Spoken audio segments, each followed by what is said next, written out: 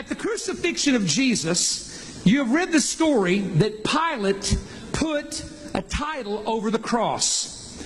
What most people do not know is in the time of Passover, Jewish people would take a bronze name tag and tie it around the neck of their lamb, just to show God that they're keeping the Passover. If I take a lamb representing my family and maybe another poor family, I would put the name Stone on this bronze name tag around the neck of that lamb. And when it's offered, God would know I have kept the Passover and have presented my lamb. The family name had to be on the lamb.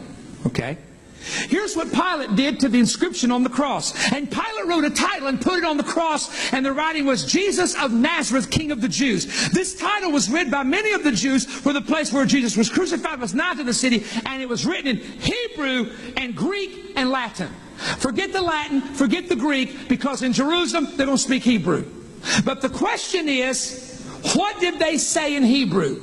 Now what you have to do is this. The New Testament is written in Greek. So you've got to take the Greek language of Jesus of Nazareth, King of the Jews, and translate it back to Hebrew. If you know anything about Greek, the key letter is the letter Omicron in Greek. Omicron, because it can be translated of the as the or of. For example, in Pergamus, there was an inscription to a temple of Zeus, and here's what it says. Zeus of Pergamus and King and God. And the and there's the Omicron. Zeus of Pergamus and King and God. Pilate probably got that title idea from that temple that was in Pergamus. Jesus of Nazareth, King of the Jews. All right, if you take it from Greek and translate it back to Hebrew, it's on the cross. And the religious Jews are going nuts looking at this. It translates in Hebrew, Yeshua HaNetzret Vomelech Kehudim. Means nothing to you sitting there. I know it means absolutely nothing.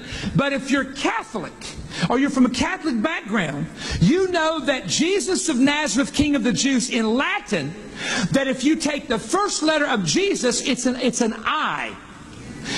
Nazareth is the letter N in Latin. King is Rex, so it's an R. And the Jews, the J is an I. So that's why on crucifixes, you have I-N-R-I. Anybody ever wondered that, why you have a little I-N-R-I? That is Latin for the first letters of Jesus of Nazareth, King of the Jews. But wait a minute. What if we do it in Hebrew?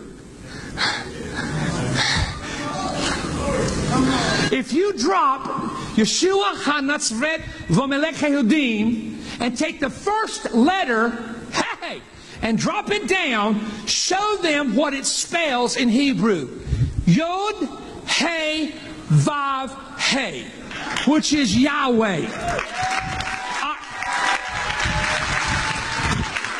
Oh, you're going to get this in a minute. That name is found almost 7,000 times in the Old Testament. It's the name of God the Father. You call him Jehovah in English.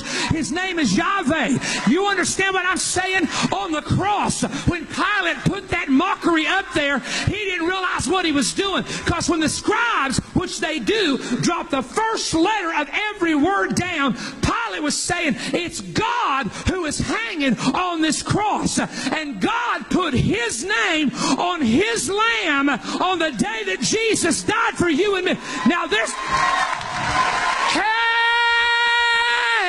Hey!